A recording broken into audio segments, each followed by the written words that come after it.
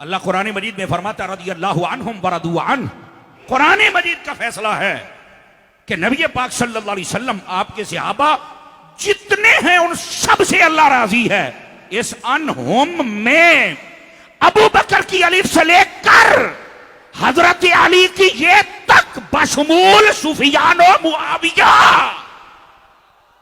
रदियल्लाहु अन्हुमा ये सारे शामिल है जिनसे मेरा रब राजी है।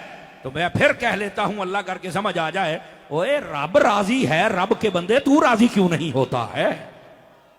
या तो बता तू रब का बंदा नहीं, तू शैतान का है, तो फिर अपना तारुफ करवा। और अगर अल्लाह का बंदा है तो फिर जब अल्लाह राजी है,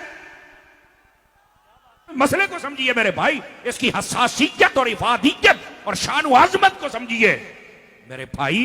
ये है कुरान मजीद तारुफ करवा रहा मुस्तफा जान रहमत सल्लल्लाहु अलैहि वसल्लम आपके सहाबाए किराम का।